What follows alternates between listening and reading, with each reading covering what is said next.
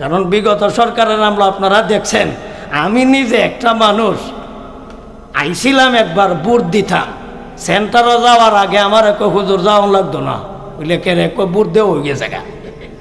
তাহলে যে এবার আনতে বুট, আমার বুট আর একবার দিলাইছে, আর কত খেদমত করতো, সেন্টারও পর্যন্ত যাইতে দিছে না, কত সহযোগিতা করছে, সেন্টারও না যাই এই বেড়াইতে আমারটা হেরা দেলায়, তাদের বেড়ায় নিজের বুটটা পর্যন্ত দিতে পারছে না। এ বেটা কীরকম রাজনীতিবিদ আর কিরম রাজনীতি করে, এই বেটারেও 17টা মামলা বরকতান দিছে।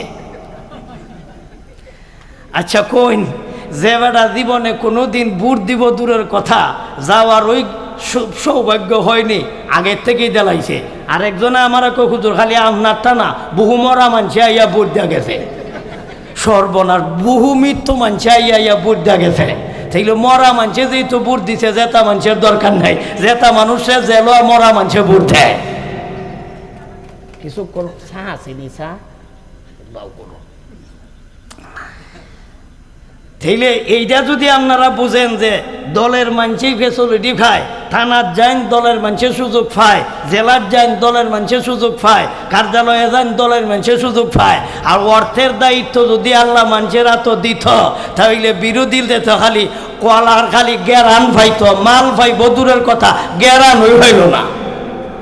এই কারণে অর্থের দায়িত্ব একমাত্র কার হাতে? আল্লাহ এক আয়াতে বলেছেন সূরা বনী ইসরাঈলের, আল্লাহু ইয়াবসুতু লিমান ইয়াশাউ ওয়া ইয়াকদির।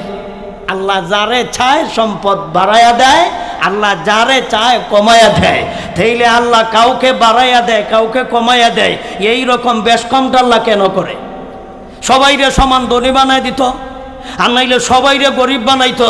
এই জাতের বেশ কম কাজ করলো কেন? এটা কি বৈষম্য নয়? তো বৈষম্য তো আল্লাহই করলো, আমরা এখন বৈষম্য দূর করতাম চাইছি।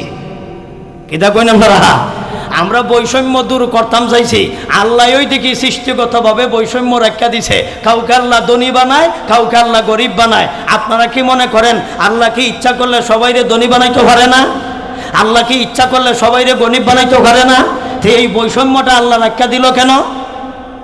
এক সরকার চিন্তা করে দেখছে এই জাতের বৈষম্য আমার দেশও রাখতাম না, এই দরিদ্র বিমোচন, দরিদ্র আমার দেশও রাখতাম না। প্রত্যেক নামে অ্যাকাউন্ট খুললা প্রত্যেককে 10 লাখ টাকা করিয়া দিলাইছে।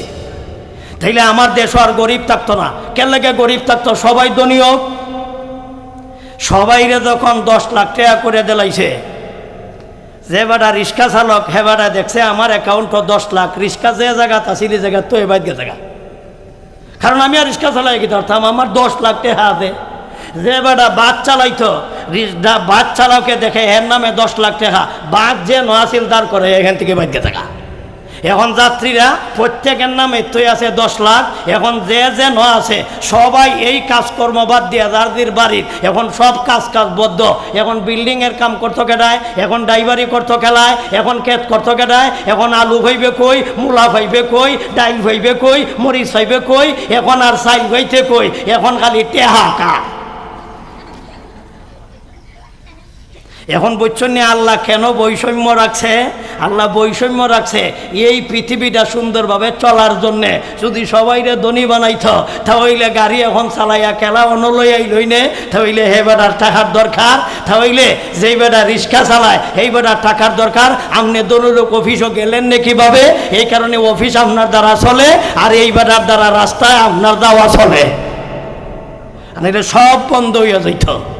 এই কারণে অর্থের দায়িত্ব একমাত্র কার হাতে? আল্লাহর হাতে।